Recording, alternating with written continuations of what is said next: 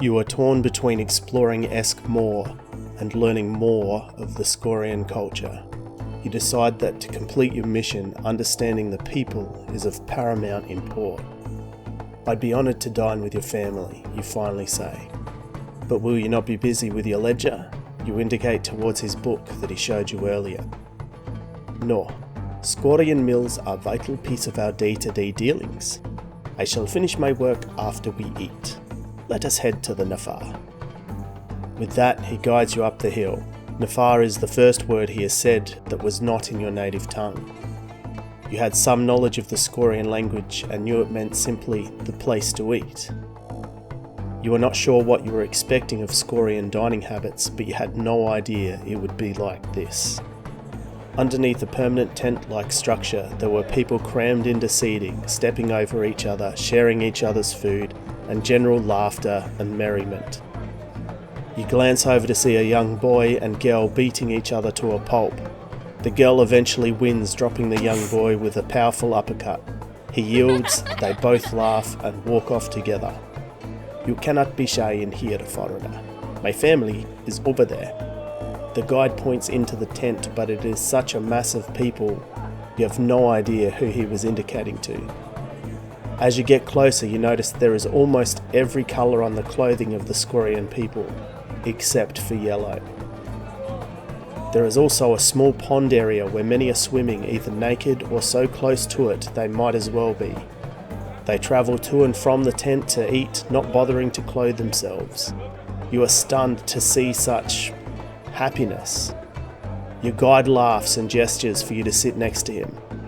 His family introduce themselves, and despite the occasional look, none of the people there seem put off by a foreigner eating at their table.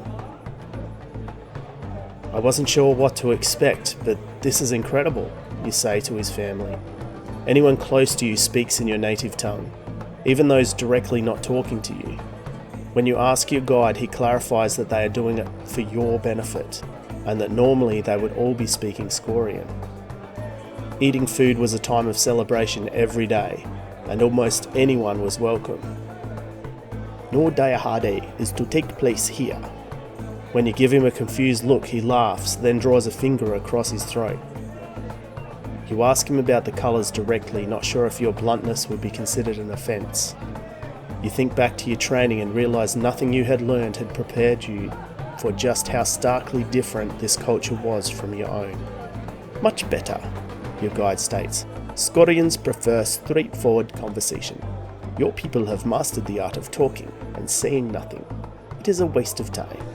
He further explains that Eskans are far more lenient on cultural faux pas than the rest of Skoria, and that foreigners are indeed welcome, but not understanding what does and doesn't give offence often leads to their death. He starts to tell you about the colours. Red are the leaders, and every Skorian that wishes to live a happy, long life does as they say. Blue is for trade professionals and people of use. Yellows is for the peasants and labourers and foreigners. What about green and purple, you ask? Well, this is where it gets tricky. I will refer to everyone as their base colours to try and make it simpler. Your guide further explains that purple is usually reserved for locations that almost anyone can go, and if you wore purple, it meant you dealt with reds and blues often. Blues would have to do what a purple tells them, but not always. Green was usually a trade building and people that plied that trade. Orange was reserved for military. I thought combat decided your standing within society, you asked. This caught the attention of many of the patrons, and an ominous silence broke out over the room.